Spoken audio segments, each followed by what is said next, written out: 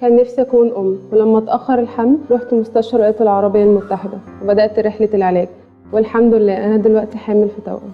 كنت خايفة جدا من آلام الولادة وخصوصا الولادة الأولى، وجيت مستشفى الولايات العربية المتحدة وطمنوني جدا، وفعلا الحمد لله تمت الولادة بدون أي ألم.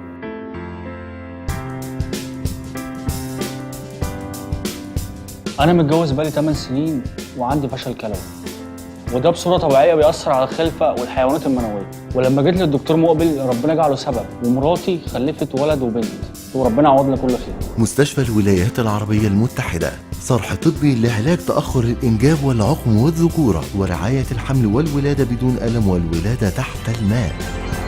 شكرا دكتور مقبل. شكرا دكتور مقبل. شكرا دكتور مقبل.